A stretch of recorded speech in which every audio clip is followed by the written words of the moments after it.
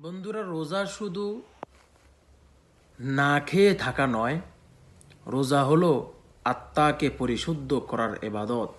আল্লাহ তাআলা রোজা ফরজ করেছেন যাতে আমরা তাকওয়া অর্জন করতে পারি। রোজা আমাদেরকে শিখায় ধৈর্য, সংযম আর আত্মনিয়ন্ত্রণ।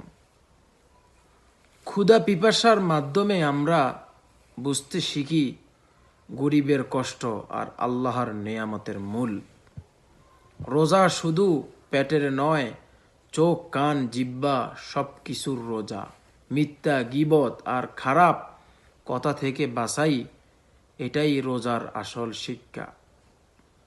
যে ব্যক্তি আল্লাহর সন্তুষ্টির জন্য রোজা রাখে, তার গুনাহ মাফ করে দেওয়া হয়। আসুন রোজাকে শুধু অভ্যাস নয়, জীবন বদলানোর একটি সুযোগ বানাই। আল্লাহ আমাদেরকে আমল করার তৌফিক দান করুক। আল্লাহুম্মা আমিন।